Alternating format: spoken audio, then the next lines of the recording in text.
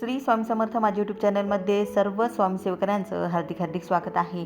आजचा व्हिडिओ आहे गुरुलीला अमृत, जे आपले श्री स्वामी समर्थ महाराजांचे थोर भक्त दासगणू महाराजांनी रचलेला अतिशय पावन, सामर्थ्यशाली आणि भक्ताला उन्नती देणारा ग्रंथ आहे।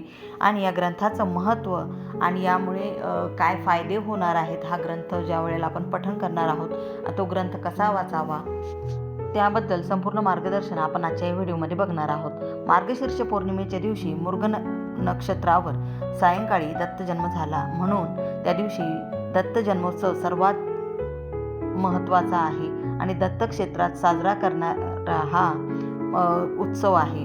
या दिवशी दत्ततत्व हे पृथ्वीतलावर 1000 पटीनं कार्यरत होत असतं।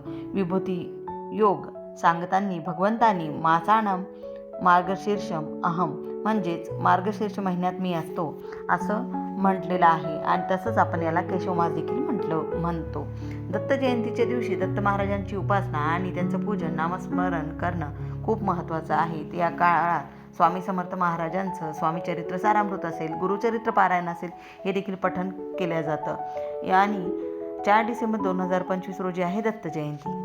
आणि सर्वात मोठा योग म्हणजे दत्त जयंती ही गुरुवारी आलेली आहे। त्याचबरोबर मार्गशीर्ष गुरुवार देखील आहेत आणि आपण या मार्गशीर्ष पौर्णिमा असल्यामुळे आपण सर्वजण सत्यनारायण या पौर्णिमेला करणार आहोत।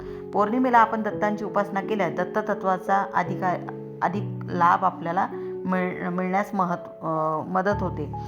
आणि आपल्या स्वामींची माहिती जेवढी सांगावी तेवढी कमी आहे। आपले स्वामी महाराज हे आपल्या सदैव पाठीशी असतात आणि आपल्या सर्वांचा असणारे विश्वासू अशी श्रद्धास्थान म्हणजे आपले स्वामी माऊली। श्री गुरुलीलामृत आणि स्वामी चरित्र सारामृत हे अतिशय प्रभावी ग्रंथ मानले गेलेले आहेत। नित्यनियमाने पारायण केलं की काळ तत्काळ आपल्याला फळ मिळतं।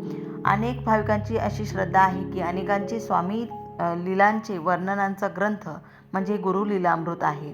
आणि या पठणाचा जो क्रम आहे त्यानुसार पठणास प्रारंभ करताना अखंड दिवा हा प्रज्वलित आपल्याला करायचा आहे। अक्षदा, फुलं, धूप, दीप अर्पण करायचं आहे आणि आपल्याला नमस्कार देखील मनापासून करायचा आहे। पारायणाला सुरुवात करण्या अगोदर जेवण न करता गुरुलीला अमृताचं पारायण आपल्याला करायचं आहे।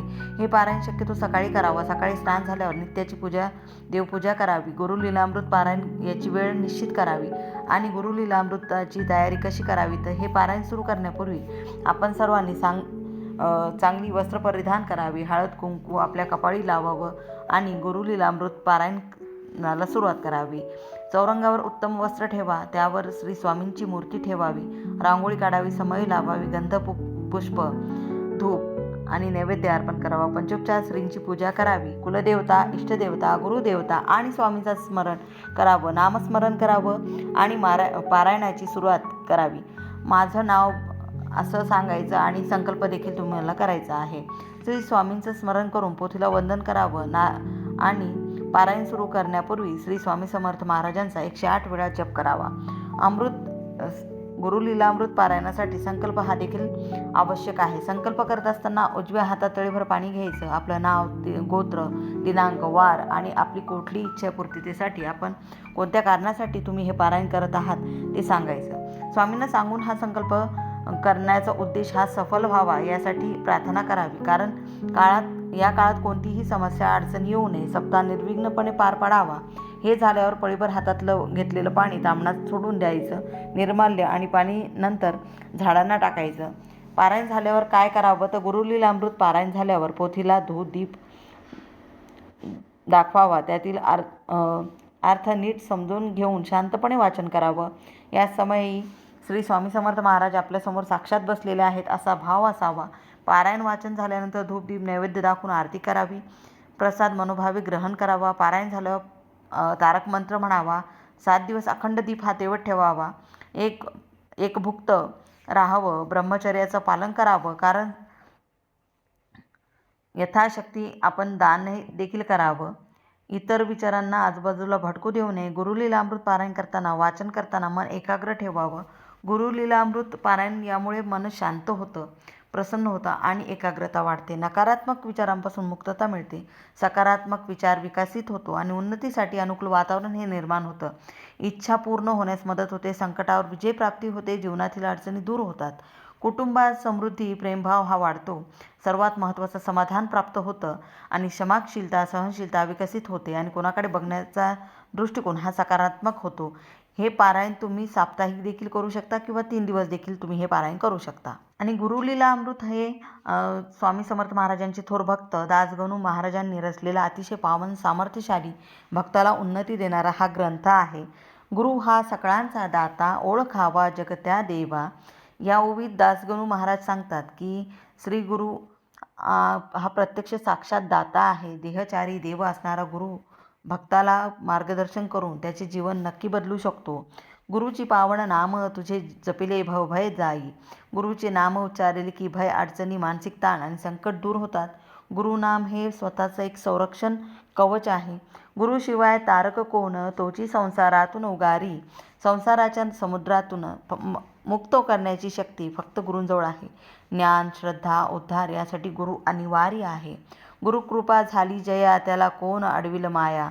ज्याच्यावर गुरूंची कृपा होते ना, त्याला संसारातील कोणतीही अडचण थांबवू शकत नाही. गुरुकृपा ही आध्यात्मिक दोन्ही क्षेत्रात विजय देते आणि भौतिक क्षेत्रात देखील विजय देते. गुरु हा दयाळू, कृपाळू, भक्तवत्सल, तोची नेई पलीकडे. गुरु म्हणजे करुणेचा सागर, भक्तांच्या मनातील वेदना शांत करून त्याला परमात्म्याकडे नेणारा हा गुरुच असतो. आणि दत्त परंपरेचा सार, दत्तप्रभूंच्या अवतार स्वरूप स्वामी समर्थ महाराजांच्या जीवनातील लीलांचं, चमत्कारांचं व उपदेशांचं वर्णन करतो ही गुरु लीलामृत ग्रंथ. गुरुभक्तीचा आधार, गुरु म्हणजे काय, गुरूंची महिमा, गुरु शिष्य संबंध याची गूढ आणि सखोल माहिती या गुरु लीलामृतामध्ये आपल्याला मिळते. स्वामींचे तत्त्वज्ञान असेल, शिकवण असेल, कृपा असेल, आशीर्वाद आणि भक्तांवरील करणी या मनशुद्ध करणारा हा ग्रंथ नियमित वाचन करा. निर्मळ मन होईल आपलं, अहंकार कमी होतो आणि श्रद्धा दृढ होते.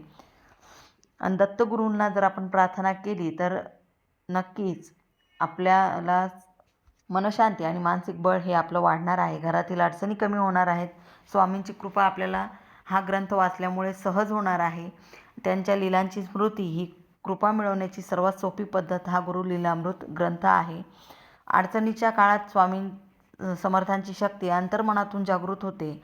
भक्ती, श्रद्धा आणि मनोबल वाढवणारा हा ग्रंथ आहे. घरात शांतता व सकारात्मक ऊर्जा वाढवतो. जिथे गुरु लीलामृताचं वाचन होतं ना, तिथे वातावरण शुद्ध, उजळ आणि पवित्र बनतं. खरंच जर स्वामींच्या लीला आणि स्वामींच्या महिमा जर तुम्हाला अनुभवायच्या असतील तर सर्वांनी नक्की या गुरु लीलामृत या ग्रंथाचं पठण करा. झाले सेवाई महाराजांच्या चरणी रुजू करते. व्हिडिओ आवडला असेल लाईक करा, शेअर करा, सबस्क्राईब करा. सर्वांना श्री स्वामी समर्थ.